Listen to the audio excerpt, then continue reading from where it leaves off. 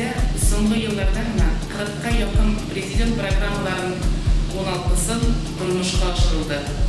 Бағымдағы жылда да екі ауыл арасында жоғары һәм төмен тәкірмен ауылдар арасында 1,7 километр ұзындықтағы асфальт жол төшеу іші башланып кетті. Ұзақламай екі ауыл халқын сүйіндіріп, bu yoluna қолдануға тапсырышапыз.